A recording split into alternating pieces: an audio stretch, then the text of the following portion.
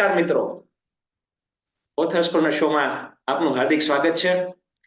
મિત્રો, દરેક એપિસોડે આપણે નવા નવા લેખકો સાથે અલગ મલકની વાતો કરીએ છીએ, એમની સર્જન યાત્રા વિશે આપણે જાણીએ છીએ. આજે આપણી સાથે એક વર્સેટાઇલ પર્સનાલિટી જોડાયા છે. ગાંધીનગર સાહિત્ય સભાના અધ્યક્ષ શ્રી સંજયભાઈ થોરાટ. સંજયભાઈ, આપનું હાર્દિક સ્વાગત છે. કેમ છો? બિલકુલ મજામાં. મિત્રો, મેં જે ઓળખાણ આપી, ઘણા લોકો તમારામાંથી ઘણા લોકો એમને ઓળખે જ છે, પણ છતાં બી હજી હું એક મિત્ર તરીકે હું એમનો પરિચય આપું કે સાહિત્ય સાથે તો એ ઘણી બધી રીતે જોડાયેલા છે. અનેક કોલમ લખે છે, એમના પુસ્તકો ઓલરેડી પ્રકાશિત થઈ ચૂક્યા છે.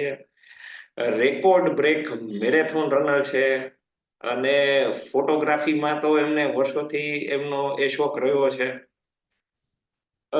જેને કહીને કે પ્રખર રાષ્ટ્રવાદી દિલથી, એમ બરાબર છે કે એવું નહીં કે ઝંડો ઉપાડીને કશે પહોંચવાનું છે, પણ જે એક આપણે મનથી કરીએ ને એવા પ્રખર રાષ્ટ્રવાદી છે. અને હું દરેક જગ્યાએ કહું છું એવી રીતે કે ફાધર વાલેસની જેમ સંજયભાઈ અમારા સવાયા ગુજરાતી છે. બસ આમ હું આટલો જ પરિચય આપીશ, બાકી આપણે સંજયભાઈ વિશે વધુ જાણીશું. સંજયભાઈ, મારી ચેનલ આપ જોશો તો સંજયભાઈ ચીફ ગેસ્ટ તરીકે પધારેલા છે. અનેક બુકના વિમોચન આપણે એમના પાસે કરાવેલા છે અને જે કોરોના મહામારી સમયે જે કોરોના યોદ્ધા જે પુસ્તક હતું એમનું વિમોચન પણ એમના હસ્તે થયેલું છે. એટલે ત્યારે એમના વિશે આપણે ઘણી બધી વાતો સંજયભાઈ વિશે કરેલી જ છે, પણ સંજયભાઈ આજે એક ખાસ ગિફ્ટ લઈને આવેલા છે. એમનું લખેલું પુસ્તક એટલે મણિબેન. રાઈટ સંજયભાઈ? તો આપણે આજે વાતો કરીશું ફક્ત એમના પુસ્તક વિશે. તો સંજયભાઈ, તમને જે આ પુસ્તક વિશેનો વિચાર કેવી રીતે આવ્યો, શા માટે લખવું જોઈએ, એના વિશે જણાવો. ખૂબ આનંદ થયો ગોપાલભાઈ, તમે આજે સુંદર એક ઉપક્રમ ચલાવી રહ્યા છો અને આ ઉપક્રમના કારણે આપણી ગુજરાતી ભાષા જે લુપ્તતાના આરે છે અથવા લોકો એનાથી વિમુખ થઈ રહ્યા છે અથવા ગુજરાતી ભાષા કરતા અન્ય ભાષા પ્રત્યે વધારે પ્રેમ કરે છે, એનો કોઈ વિરોધ વાંધો નથી. પણ અત્યારે ગુજરાતી સાહિત્ય માટે આપ જે પ્રયત્નશીલ છો, એના પ્રચાર પ્રસાર માટે જે પ્રયત્નશીલ છો, એના માટે જ આપણે મશાલ ઉપાડી, એ માટે સૌથી પહેલા તમને અભિનંદન આપું છું અને મારી વાત ચાલુ કરું છું. હમણાં જે મને કીધું કે આ પ્રખર રાષ્ટ્રવાદી છે, એટલે કદાચ 2002 ની અંદર સુપ્રીમ કોર્ટે પરમિશન આપ્યા પછી મારા ઘરે ધ્વજવંદનનો કાર્યક્રમ શરૂ થયો. એટલે 15 ઓગસ્ટ અને 26 જાન્યુઆરી બંને દિવસે મારા ઘરે ધ્વજવંદનનો કાર્યક્રમ થાય છે. અને કદાચ હું એમ માનું છું કે આ મણિબેનનું પુસ્તક છે ને, એ આ મારા 20-22 વર્ષના ધ્વજવંદનના કાર્યક્રમના એવોર્ડ રૂપે જ મને મળ્યું હશે, એવી મારી આ દિલની લાગણી છે. એટલે જ મને આ પુસ્તક લખવા મળ્યું છે. આવું મારી અંતરની લાગણી છે. હું આને પ્રભુની કૃપા ગણું છું. આ કિસ્સો પણ બહુ રસપ્રદ છે. આ પુસ્તક લખવાનું જે કઈ તક મળી છે, એ આમ જેને કહેવાય ને કે એટલી રસપ્રદ વાત બની હતી કે 2 વર્ષ પહેલા આઝાદી કા અમૃત મહોત્સવ આપણે ભારતની અંદર ઉજવાઈ રહ્યો હતો અને આપણે હર ઘર તિરંગા વાળી પ્રોજેક્ટ ચાલતો હતો. એ વખતે ગુજરાત સાહિત્ય અકાદમીએ એવું નક્કી કર્યું કે ગુજરાતના 75 સ્વાતંત્ર્ય સેનાનીઓ વિશેના પુસ્તકની આખી શ્રેણી તૈયાર કરે. અને એ પુસ્તકની અંદર એમણે ગુજરાતના પ્રસિદ્ધ અલ્પ પ્રસિદ્ધ લેખકોની એમણે યાદી બનાવી. એમાંથી એમણે પસંદગી કરી કે આ 75 લેખકોને આમંત્રણ આપવું. અને પ્રભુની કૃપાથી એમાં એક મારું નામ પણ હતું અને એમાં મને આમંત્રણ આવ્યું. ડૉક્ટર જયેન્દ્રસિંહ જાદવ સાહેબ, જેઓ મહામાત્ર છે ગુજરાત સાહિત્ય અકાદમીના, એમણે મને ફોન કર્યો અને કીધું કે અમારા કાર્યાલયમાં આવો, તમારી સાથે વાતચીત કરવી છે. ગયા એટલે એમણે મારી સામે યાદી મૂકી કે તમારે પુસ્તક લખવાનું છે ને આ યાદી પૈકી તમને જે સ્વાતંત્ર્ય સેનાની વિશે લખવું હોય એ વિશે તમે લખો. સારું. એટલે જેવી યાદી હાથમાં લીધી એટલે મેં પહેલું જ કીધું ઝવેરચંદ મેઘાણી. કારણ કે સ્વાભાવિક છે કે ઝવેરચંદ મેઘાણી વિશે બધાને ખબર હોય, મને પણ ખબર હતી. એટલે કે ના કહેતો કે એમના વિશે એમના પૌત્ર લખશે કે. તો મને કે બીજું કોઈ નામ. એટલે પછી મેં સયાજીરાવ ગાયકવાડ પસંદગી કરી, કારણ કે મારા દાદા જે છે એ વડોદરાની અંદર રહેતા હતા અને સયાજીરાવ ગાયકવાડના મહેલની અંદર મારા દાદાના પપ્પાએ નોકરી કરેલી હતી અને મારા દાદાએ પણ કરેલી હતી. એટલે એમની ઘણી બધી અંગત વાતો, અંગત કિસ્સાઓ, પ્રસંગો, એમની દેશભક્તિ, એમના મહેલ, એમની રાણીઓ, એમનું ખજાનો, એ બધી પ્રવૃત્તિઓ ખબર કીધું આપણા વિશે બહુ સરસ લખી શકીશ. એટલે કીધું કે ના ના, કે એમના વિશે તો જાણે કે પીએચડી કરેલી છે અને એ લખવાના છે. એટલે પછી મેં હાથ અદ્ધર કરી દીધા. મેં કીધું મારી વાત પૂરી થઈ, હવે તમે જેમ કહો એમ. મેં કીધું તો હવે તમારા પર છે. એટલે એમને કીધું યાર કે તમે યુવાન છો, ઉત્સાહી છો, મહેનતુ છો, તો કે તમને થોડો અઘરો વિષય આપીએ. મેં કીધું ભલે તમે કહો એમ. મેં કીધું એટલે પછી એમણે કીધું કે તમે મણિબેન પટેલ વિશે લખો. આ વખતે જયારે મણિબેન પટેલની વાત કરી એટલે પછી એમને મને બીજો પાછળ પ્રશ્ન પૂછ્યો કે તમને મણિબેન પટેલ વિશે શું ખબર છે? એટલે મેં બી એમને બહુ સહજ ભાવે કીધું બધું મને મણિબેન પટેલની બે જ વાતો ખબર છે. એક તો મેં કીધું એ સાદાઈના મૂર્તિ હતા, સરદાર વલ્લભભાઈ પટેલના દીકરી હતા. અને આપણે થોડું ઓફ ધ રૂટ વાત કરીએ તો મેં કીધું આપણા મિત્ર મંડળની અંદર આપણે જયારે બેઠા હોય અને આપણે કોઈ એક સ્ત્રીની કે છોકરીની વાત કરતા હોય અને એકદમ સાદી હોય એટલે આપણે કે આ સાવ મણિબેન જેવી છે, તો આ એક આપણું એક આટલા આ સિવાય બીજું મારી પાસે કોઈ એમની માહિતી નથી. કહેવાનું તાત્પર્ય એવું હતું કે મારે બિલકુલ ઝીરોથી શરૂ કરવાનું હતું અને એ મેં ચેલેન્જ સ્વીકારી લીધી કે ના, આપણે આ કરવું છે. વાત ત્યાંથી પૂરી થઈ ગઈ. મેં એમને પૂછ્યું કેટલા પાનાનું પુસ્તક લખવાનું છે, એટલી માહિતી લઈ લીધી અને એ પછી મારો કાર્યક્રમ શરૂ થયો. એ પછી મેં ગાંધીનગર લાઇબ્રેરી, અમદાવાદ લાઇબ્રેરી, કરમસદ, ભરૂચ લાઇબ્રેરીમાં આપણા તમે નરેન્દ્ર સુનારને ઓળખો છો, એમની પણ મદદ લીધી. લગભગ 1200 પાના મેં એમના વિશે વાંચ્યા. અમદાવાદની અંદર, હા, અમદાવાદની અંદર નવજીવન પ્રેસ છે. નવજીવન પ્રેસની અંદર ત્યાં એમનું કામ થયેલું છે. ગાંધીજી નવજીવન પ્રેસ ચલાવતા હતા. ત્યાં આપણા કવિ અનિલ ચાવડા મારા મિત્ર છે, એમને ફોન કર્યો, એમણે મદદ કરી. સરદાર પટેલ મેમોરિયલ છે શાહીબાગમાં, હું ત્યાં પહોંચ્યો અને ત્યાં પહોંચીને મેં વાત કરી મારે મણિબેન વિશે લખવું છે. ત્યાંના એક ભાઈએ મને ખૂબ મદદ કરી. અમુક પુસ્તકની કિંમત 5 રૂપિયા હતી, કોઈ પુસ્તકની કિંમત 25 પૈસા હતી. એવા જૂના પુસ્તકો શોધીને એમણે મને આપ્યા. એ બધા પુસ્તકો મેં ખરીદી લીધા. એ બધા જ પુસ્તકો વાંચ્યા. એ વાંચવાનો કાર્યક્રમ પૂરો થયા પછી હું એક વિષય પર આવ્યો ત્યારે મને ખબર પડી કે મારે ક્યાં પહોંચવું છે. એટલે મણિબેનની દરેક વસ્તુઓને મેં એક વાર્તાના ફોર્મમાં, એક કિસ્સાના રૂપમાં એના મેં ભાગ પાડી નાખ્યા. જેથી કરીને કોઈ પણ માણસ ગમે ત્યાંથી પાનું ખોલે તો એને વાંચવામાં કોઈ અગવડતા ના પડે, એને રસભંગ ના થાય, ક્ષતિભંગ ના થાય. એમ કરીને કુલ 18 કિસ્સાની અંદર આખું પુસ્તક મેં વેચી નાખ્યું અને 120 પાનાની અંદર આખું પુસ્તક એ તૈયાર થયું.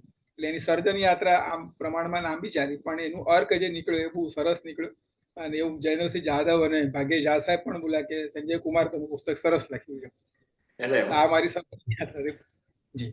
એટલે મિત્રો, જો મેં જે ઓબ્ઝર્વ કર્યું એવું અમારા દર્શકોએ પણ જો ઓબ્ઝર્વ કર્યું હોય તો સંજયભાઈ એવું કહી શકાય કે કેવું છે કે શરૂઆતમાં જે પુસ્તકો પ્રત્યે આકર્ષાયા છે ને એ લોકો વાંચવાનું શરૂ કરે, પછી ઘણું બધું વાંચે ને પછી એમાં થાય કે હું પણ લખી શકું છું.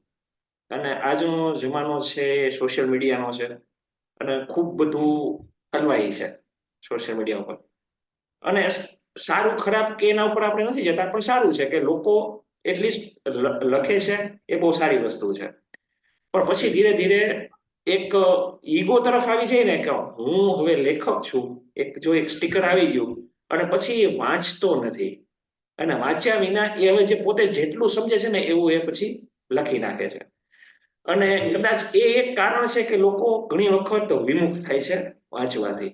હે ને, કરે યાર આ તો શું આવી ગયું એમ. કે પેલા તો જેમ આજના મૂવી વિશે આપણા કદાચ આપણા માતા પિતા કીધા ને કે પેલા તો શું મૂવી આવતા અને હવે શું આવ્યું, પેલા તો શું ગીત સંગીત હતું ને હવે શું છે. પણ એવું નથી કે સાવ ખરાબ આવે છે, પણ આપણે શોધવા નથી જતા. આપણે તો જેટલી મહેનત કરવી જોઈએ એટલે કરતી નથી. તમે જે કીધું કે આ એક પુસ્તક પાછળ 18 કિસ્સાઓ લખવા પાછળ એ તમારી મહેનત છે કે તમે આટલી બધી જગ્યાએ ગયા, બરાબર, તમારા શહેરથી દૂર ગયા, અનેક લાઇબ્રેરીઓ તરફ ગયા અને કેટલા બધા પુસ્તકો વાંચ્યા, કેટલા લોકોને મળ્યા. એ અનેરો આનંદ ને કે તમે એટલા બધા લોકોને આ નિમિત્તે મળ્યા, એ તમારી યાદો તાજા થઈ. તો મારું જે નવા લેખક મિત્રો છે અથવા તો જે લખે છે એને પણ એટલું જ કેવું છે કે ભાઈ સાહેબ, થોડું સંશોધન કરજો, થોડી મહેનત કરજો, કે જેથી અમને સારું વાંચવાનું મળે, અમને એક સારો લાભ મળે. તો પર આવીએ કે તમને એવું શું લાગે છે કે ના ભાઈ આ પુસ્તક છે એ વાંચવું જ જોઈએ, આજની પેઢીએ તો ખાસ વાંચવું જોઈએ? અને શું કહેવા માંગો છો કે ભાઈ જે અમુક જે કિસ્સાઓ લખ્યા છે, દરેક પુસ્તક પાછળનો એક આશય હોય હા, સંસ્થાનો આશય તો તમે જણાવ્યો કે આપણો અમૃત મહોત્સવ નિમિત્તે આપણા જે પ્રસિદ્ધ છે ને અપ્રસિદ્ધ છે એ સ્વાતંત્ર્ય સેનાનો વિષય લખાય, પણ તમારો જે એક અંગત એક આશય હશે તો એ બી જણાવો. બિલકુલ. વાતમાં એક બે ઉલ્લેખ કરવાના મારાથી રહી ગયા, કારણ કે હું જ્યારે આ પ્રક્રિયામાંથી પસાર થતો હતો ત્યારે એક પુસ્તક, મારો પુસ્તક લખવાની શરૂઆત પહેલા જ મુંબઈના એક લેખિકા છે મેઘા ગોપાલ ત્રિવેદી કરીને, એમણે પણ મણિબેન વિશે પુસ્તક લખ્યું હતું અને મેં સાંભળ્યું હતું ક્યાંક. એમનું કદાચ કવર પેજ મારી સુધી પહોંચ્યું. એટલે હું એ પુસ્તકની શોધમાં હતો. મેં પુસ્તક જો વાંચવા મળે, કારણ કે મેં તાજેતરમાં જ લખાયું છે તો મહેનત કરી હશે. અને એ જ પુસ્તક જયેન્દ્રસિંહ જાદવ સાહેબ જોડે બેઠો ને એમને મને કાઢીને આપ્યું. મને કે લો, તમને એક રેફરન્સ તરીકે કામમાં આવશે. એટલે આ ભગવાન તમને એક વસ્તુ ગોઠવીને આપે. બીજું, મૃણાલિની દેસાઈ જે હતા એ મણિબેનની સાથે ને સાથે જ હતા, આજીવન સાથે હતા. મૃણાલિની દેસાઈએ પણ એમના વિશે પુસ્તક લખ્યું હતું અને એ પુસ્તક પણ મને પ્રાપ્ત થઈ ગયું. એટલે જેને ઓથેન્ટિક કહેવાય ને, જે લોકોએ મૃણાલિની દેસાઈ સાથે કામ કર્યું એ પુસ્તક તમને મળે એટલે તમને એમાં ઘણી બધી વસ્તુઓનું સત્યતા ઉપર તમારે કોઈ, કારણ કે ગૂગલ સર્ચ મારો તમને ઘણું બધું મળે એમ છે, પણ એ સાચું કેટલું આ એક પ્રશ્નચિહ્ન હતું. ઘણું મળે ને, તમે ગીત કોઈ એક લખો તો એ ગીત પણ એનો ઓરિજિનલ સિંગર છે કે નથી તો તમને ખબર કઈ દે પડે, કારણ કે તમારી પાસે જ્ઞાન હોવું જોઈએ. જો જ્ઞાન જ ન હોય તમે કોઈ બી વસ્તુ સાચી માની દેશો. અચ્છા, વાત આવીએ, તમે વાત કરી એ વાંચવા વિશેની. પુસ્તકની અંદર લખતી વખતે એક વસ્તુ જેમ મેં કીધી એમ કે એના કિસ્સા કે એની વાત, મણિબેન આખું એક જે પાત્ર છે ને, આવા પાત્રો આપણા સમાજમાં બહુ ઓછા થયેલા છે. આટલા એ સ્વાતંત્ર્ય સેનાની હોવા છતાં ક્યાંય એમનો તમે જોશો તો વિશેષ ઉલ્લેખ જોવા નહીં મળે. એનું મુખ્ય કારણ એવું હતું કે એક બાજુ મહાત્મા ગાંધી હતા અને એક બાજુ સરદાર પટેલ હતા, અને એ બંનેની વચ્ચે મણિબેન હતા. બંનેની વિચારધારા આખી વિપરીત દિશામાં હતી. આમ જુઓ તો બંનેનો એજન્ડા એક હતો કે આઝાદી, એજન્ડા એક હતો. પણ આ બાજુ તમે જો, સરદાર પટેલ એટલે આક્રમિક શૈલીવાળા, એ સામ દાન દંડભેદ ગમે તે રીતે એમને કામ કરવું પડે. ગાંધીજી એકદમ ફોકસ હતા કે ભાઈ હું અહિંસક જ આ મારું યુદ્ધ ચલાવીશ, આમાં નહીં કરવું એમ. બંને પોતપોતાની જગ્યાએ સાચા હતા, પણ એની વચ્ચે જે મીડિયેટર હતા એ મણિબેન હતા. આમ તમે જોવા જાવ તો મણિબેનનું કામ આ બંનેને સાથે લાવવામાં અને બંને પાસેથી કામ લેવું, કારણ કે એ એમના અંગત સેક્રેટરી પણ હતા મણિબેન સરદાર વલ્લભભાઈ પટેલના. કારણ કે એમણે આજીવન, એમને જયારે ખબર પડી કે હવે બાપુ, એમને પિતાને બાપુ કહેતા હતા કે આ બાપુનું કોણ એમ, એટલે એમણે લગ્ન કરવાનું માની વાળ્યું હતું. ગાંધીજી સાથે આ વિષયની ચર્ચા થઈ હતી જ્યારે એમ નક્કી કરવામાં આવ્યું કે ભાઈ સરદાર પટેલના પત્નીનું અવસાન થઈ ગયું. એ વખતે એકલા હતા અને એમના બાળકો હતા, અને એ વખતે ખબર પડી કે આમને તો હવે રાષ્ટ્રવ્યાપી મોટા પલક પર કામ કરી રહ્યા છે, ત્યારે એમને કોઈ એવું વ્યક્તિ જોઈતી કે જે એમને એમના અંગત પ્રશ્નો પણ સમજી શકે અને રાષ્ટ્રીય પ્રશ્નો પણ સમજી શકે અને બંને વચ્ચે તાદાત્મ્ય સાધી શકે. એટલા માટે એમણે એ પોતે ગાંધીજીની સાથે ચર્ચા કર્યા પછી સહજ ભાવે એમણે વસ્તુ સ્વીકારી લીધી કે ના, હવે હું આજીવન આમની સેવામાં જ રહીશ. એટલે એક બાજુ એમના બાપુ એટલે સરદાર પટેલ, બીજી બાજુ બાપુજી એટલે ગાંધીજી, એ એમ બાપુજી કહેતા. આ બંને વચ્ચેના પત્ર વ્યવહાર ખૂબ થયેલા છે અને પત્ર વ્યવહારના પણ અલગ પુસ્તકો છે પાછા, એ પણ મેં વાંચેલા છે. અને એ પૈકીના 2-3 પત્રો મેં એ પુસ્તકમાં લખેલા પણ છે. એ પત્રોની અંદર કેટલી બધી વાતો થતી, અમુક વસ્તુ જે નતા કહી શકતા એકબીજાને, એ બધી ચર્ચાઓ પત્રો દ્વારા થતી. એ પત્રોના અંશ લખેલા છે કે આ પત્રોમાં કેટલી સહજ આ લોકો વાત કરી શકતા એકબીજાને કે આ વાત કરવી છે.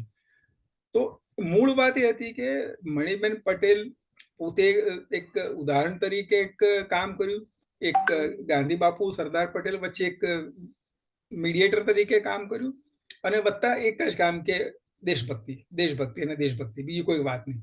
સાદાઈ માટે એવું તો એમના માટે એવું કહેવાય છે કે એમણે આજીવન 2 જ સાડીમાં કામ ચલાવેલું છે. એમને ક્યારે ત્રીજી સાડી, એમની એક સાડી જો ફાટે તો બને તો એને સાંધીને ચલાવતા અને પછી લાગે કે હવે નથી ચાલે તો કાં તો એની ગોદડી બનાવતા અથવા પોતા કરવા માટે વાપરતા અને ત્યારે જ બીજી સાડી બનાવતા અને જાતે જ પોતે વણીને બનાવતા. એવું કહેવાતું કે જ્યાં સુધી મણિબેન રસોઈ ન કરતા હોય અથવા ઊંઘતા ના હોય એ સિવાય કાયમ એ ચરખો ચલાવતા. એ કોઈને સાથે વાત પણ કરતા હોય તો એમનો ચરખો અવિરત ચાલ્યા કરતો. એટલે આજીવન એમણે કાંતવાનું કામ પણ કરેલું છે. આવી જ બધી ઘણી બધી વાતો અને કિસ્સા પ્રસંગોની અંદર વણી લીધી છે, જેથી કરીને આપણને આપણી આઝાદી એટલી સસ્તી થઈ ગયેલી લાગે છે, પણ એના મૂળની અંદર, એમના પાયામાં એમણે જેલની અંદર શું અગવડો ભોગવેલી છે અથવા અન્ય મહિલાઓની રીતે તૈયાર કરી છે અથવા પોતાનો શૃંગાર ત્યાગી દેવા માટે એમણે શું મહેનત કરેલી છે, એ બધી વાતો. એક તો પોતે તો છોડવું એ તો સહેલું છે કે હું છોડી દઉં, પણ મારે તમારી પાસે છોડાવવું હોય તો એ બહુ મહત્વની વાત છે. એ કામ એમણે નેતૃત્વનું કામ કહેવાનો ભાવ, એ નેતૃત્વ હતા અને સ્વભાવમાં બહુ રૂઢ હતા, બોલવામાં એ સોફ્ટ નહીં. તો પટેલ એક તો, અને એમાં પાછા થોડાક આમ સમજો થોડા આપણે દબાયેલા કચડાયેલા કહીએ ને એ રીતના એ હોય, એટલે એનું થોડુંક ફ્રસ્ટ્રેશન નીકળતું હોય, પણ દિલના બહુ પવિત્ર હતા અને એના કારણે અત્યંત બધાને પ્રેમ કરતા. બોલવામાં સોફ્ટ નતા પણ દિલના પ્રેમ હતા. એવી ઘણી વાતો તમને પુસ્તકમાં જાણવા મળશે. બહુ સરસ. સંજયભાઈ આટલી સરસ વાતો કરી છે એટલે પુસ્તક વાંચવાનું તો મન થાય જ અમને. તો હવે પુસ્તક કેવી રીતના મળશે એની માહિતી આપો. હા બિલકુલ. આમ તો એવું લાગે કે આપણે વાત કરતા કરતા એ તો અડધા પડાવે પહોંચ્યા છીએ, પણ જો સમય તમારી પાસે હોય તો એક બે વાતો શેર કરવા માંગુ. ચોક્કસ ચોક્કસ. પુસ્તકની પણ હું તમને બિલકુલ વિગત આપીશ. ચલો પહેલા પુસ્તકની વિગત જ શેર કરી દઈએ. તો અનોખા સ્વતંત્ર સેનાની મણિબેન પટેલ આ પુસ્તકનું શીર્ષક છે. આ પુસ્તક ગુજરાત સાહિત્ય અકાદમી દ્વારા પ્રકાશિત કરવામાં આવેલું છે. આ પુસ્તક તમે ઓનલાઈન પણ મગાવી શકો છો, જાતે પણ લઈ શકો છો. ગાંધીનગરની અંદર ગુજરાત સાહિત્ય અકાદમીની ઓફિસ છે. ઓનલાઈન પર તમે ગુજરાત સાહિત્ય અકાદમી લખશો એટલે તરત તમને વેબસાઇટ દેખાશે, ઓનલાઈન બુકિંગ કરી શકો છો. આ પુસ્તકની કિંમત 100 રૂપિયા છે, પણ અકાદમી ગુજરાતી વાચકો વધે, પુસ્તકો લોકોના ઘરે પહોંચે એ માટે આખું વર્ષ 50% ડિસ્કાઉન્ટ આપે છે. એટલે 100 રૂપિયાનું પુસ્તક માત્ર 50 રૂપિયામાં તમને ઘરે બેઠા, કુરિયર ચાર્જીસ વગર. નહીં તો કુરિયર એટલું પુસ્તક કુરિયર કરવાના 50 રૂપિયા થાય, પણ એ લોકો કુરિયર ચાર્જીસ પણ લેતા નથી અને એ 50 રૂપિયામાં તમારે એમાં કંઈક નિયમ છે કે 500 રૂપિયા સુધીના પુસ્તક લેવાય એવું કંઈક નિયમ છે, પણ એ તો પણ તમને પોસાય, કારણ કે 1000 રૂપિયાના પુસ્તક તમને 500 રૂપિયામાં મળવાના છે, તો 50 રૂપિયા કુરિયર ચાર્જીસ તમારો વિલોપ થઈ જાય. એટલે એક ચોક્કસ પુસ્તક મણિબેનની સાથે બીજા 75 સ્વાતંત્ર્ય સેનાનીઓ છે. આખી યાદી તમે સાહિત્ય અકાદમીના કેટલોગ પર તમને મળી જાય. તમને જે સ્વાતંત્ર્ય સેનાની ગમતા હોય દરેકની કિંમત સરખી રાખી, દરેક કિંમત 100 રૂપિયા, દરેક પુસ્તકની. તો એક એમાંથી તમારા મનગમતા સ્વાતંત્ર્ય સેનાની, અથવા તમને ગમતા ના હોય પણ તમે વાંચવા માંગતા હો, તેવા સ્વાતંત્ર્ય પુસ્તક બિલકુલ તમે 10 પુસ્તક તમે આરામથી વસાવી શકો એમ છો. તો આ એક ત્યાં સુધી પહોંચવાનો માર્ગ બતાવ્યો. ચોક્કસ સંજયભાઈ, આપણે વાતને આગળ વધ્યા રહે. મીનવાઇલ હું કહી દઉં કે હું પણ તમને આ વિડીયો દરમિયાન સંજયભાઈએ જે વાત કરી એ લિંક પણ તમને બાયોમાં મળી જશે, ડિસ્ક્રિપ્શનમાં મળી જશે, કમેન્ટ સેક્શનમાં મળી જશે, કે જેથી તમે એ રૂબરૂ અથવા તો મતલબ કે ઓફલાઈન અથવા તો ઓનલાઈન આ પુસ્તકોને ખરીદી શકો. હા સંજયભાઈ, આ પુસ્તક વિશે જે તમને જે અનુભવ થયા હોય અથવા તો પુસ્તક વિશે તમારે કેવું છે, મણિબેન વિશે કે મણિબેન સાથે જોડાયેલા જે વ્યક્તિઓ હતા, તો એ અમને જાણવું ગમશે પ્લીઝ. બિલકુલ, વ્યક્તિઓને તો મળવાનું થયું જ, કારણ કે માહિતી જોઈતી હતી એટલે મેં કીધું એમ સરદાર મેમોરિયલ ટ્રસ્ટ હોય કે લાઇબ્રેરી હોય. પણ એનાથી વિશેષ જે ઘટના હતી કે પુસ્તક બન્યા પછી એનું વિમોચન જે છે એ આપણે 15મી ઓગસ્ટના રોજ પાટણ મુકામે રાજ્ય કક્ષાનો સ્વાતંત્ર્ય દિવસની ઉજવણી દરમિયાન ગુજરાત રાજ્યના મુખ્યમંત્રી ભૂપેન્દ્રભાઈ પટેલના હસ્તે એનું વિમોચન થયું. એટલે પણ આપણા માટે ધન્ય ઘડી, એ પણ એક આપણા માટે ધન્ય ઘડી કહેવાય. અને એનાથી વિશેષ ઉપહાર જે કે દરેક લેખકની ઈચ્છા શું હોય કે એનું પુસ્તક મહત્તમ લોકો સુધી પહોંચે. એને કેટલા રૂપિયા મળે એના સાથે બહુ કન્સર્ન હોતું નથી. આર્થિક ઉપાર્જનની દરેકની જરૂરિયાત છે, નથી એવું નથી. એનાથી પણ વિશેષ જ્યારે કોઈ ટાઉન હોલમાં કાર્યક્રમ હોય અને કલાકારો આવ્યા હોય, બહુ મોંઘામાંનું કલાકાર, આપણે આદિત્ય ગઢવી અત્યારના જમાનાનો આપણે વિચાર કરીએ, આદિત્ય ગઢવી ટાઉન હોલમાં હાજર હોય અને 1000ના ટાઉન હોલ કે 50 માણસ બેઠા, તો આદિત્ય ગઢવીની હાલત શું થાય? કારણ કે એને માત્ર પૈસા નહીં, એને ભલે એને પેલા આયોજકે પૂરા પૈસા ચૂકવ્યા હશે, પણ એને સામે 1000 માણસ જોઈએ તો એને એનો કાર્યક્રમ કરવાનો ઉત્સાહ આવે. એનું સાચી એનો એવોર્ડ છે. એમ લેખકને પણ એનું પુસ્તક મહત્તમ લોકો સુધી પહોંચે એમાં રસ બધા. ખાલી પુસ્તક લખાઈ જાય, છપાઈ જાય એનાથી નહીં, મહત્તમ લોકો સુધી પહોંચે, મહત્તમ લોકો વાંચે. મણિબેન પટેલના પુસ્તકની આનંદની ઘડી આવી મારા માટે કે જ્યારે એ પુસ્તક મારા એક મિત્રની દીકરી એક ખેડા જિલ્લાના એક અંતરિયાળ ગામની અંદર સ્કૂલની અંદર શિક્ષિકા છે. એણે એના પપ્પાને વાત કરી કે સંજય અંકલનું પુસ્તક અમારી લાઇબ્રેરીમાં આવ્યું. એને ફોટો પાડીને એના પપ્પાને મોકલ્યો. એના પપ્પાએ મને ફોન કર્યો કે યાર તારું પુસ્તક તો કે મારી દીકરી જે સ્કૂલમાં ટીચર છે એની લાઇબ્રેરીમાં પહોંચ્યું. ત્યારે ખબર પડી કે યાર આપણું પુસ્તક અહીં સુધી કેવી રીતે પહોંચે. એટલે અમે પાછા સંશોધનમાં નીકળ્યા. ત્યારે અકાદમીમાં મેં ફોન કર્યો તો એમણે એવું કીધું કે ગુજરાતની અંદર જેટલા જિલ્લા અને જેટલી મહાનગરપાલિકાઓ છે એની દરેક શાળાની અંદર આ પુસ્તક પહોંચ્યું છે. આની 35,000 નકલો છપાયેલી છે. અને આ ગુજરાત સાહિત્ય અકાદમી ગુજરાતના છેક છેવાડા, તમે કોઈ બી ગામમાં જઈને કોઈ બી શહેરની જઈને તમે પૂછો લાઇબ્રેરીમાં, તમને તમારું પુસ્તક ત્યાં આગળ મળશે. તો આનાથી વિશેષ તો વિરલ ઘટના કોઈ લેખકના જિંદગીમાં હોઈ જ ના શકે.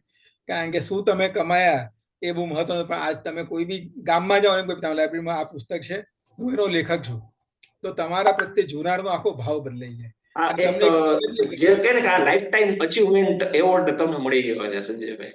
બિલકુલ બિલકુલ, અને આ બિલકુલ પ્રભુની કૃપા છે. આપણે એ જ સમજીએ કે આ પ્રભુની કૃપા છે, આ વસ્તુ શક્ય પણ નથી એમ. એટલે આ એક બિલકુલ વિરલ ઘટના જિંદગી સાથે વણાઈ ગઈ છે.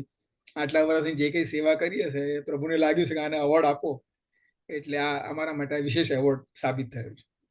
વાહ વાહ સંજયભાઈ, ખૂબ સરસ આ વાત જાણવી ગમી અમને.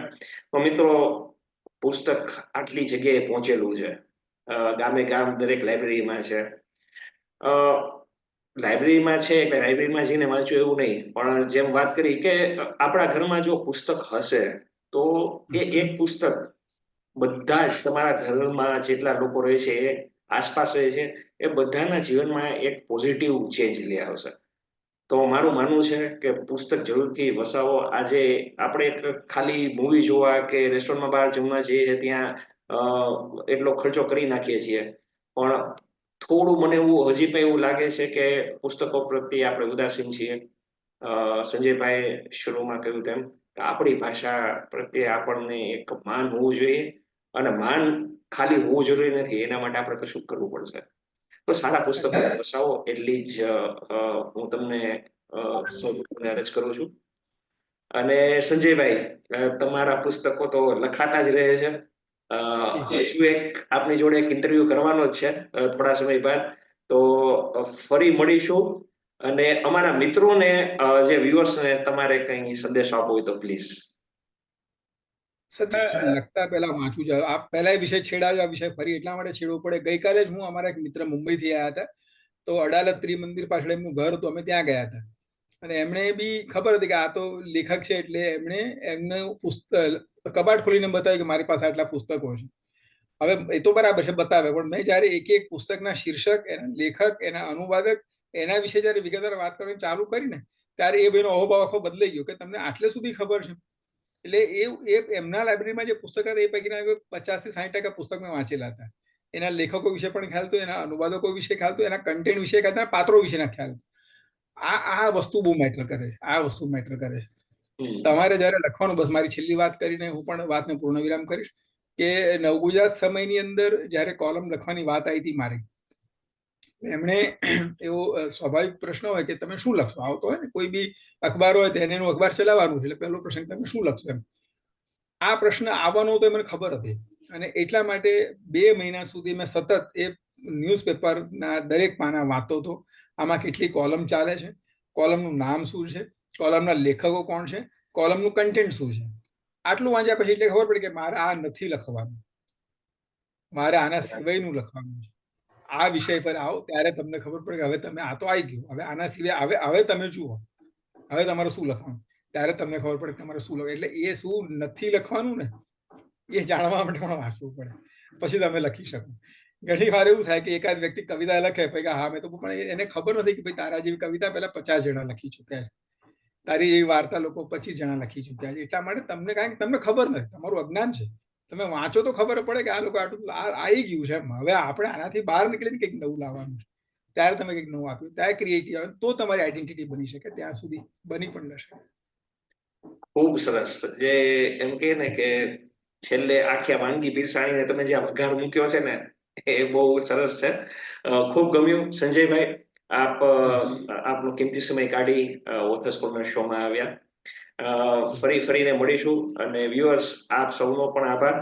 પુસ્તકની વિગત હું ફરીવાર કહું છું કે ડિસ્ક્રિપ્શન અને કમેન્ટ સેક્શનમાં આપ જોઈ શકો છો, અને પુસ્તક જરૂરથી કરો છો એવી આશા છે. આવજો સંજયભાઈ.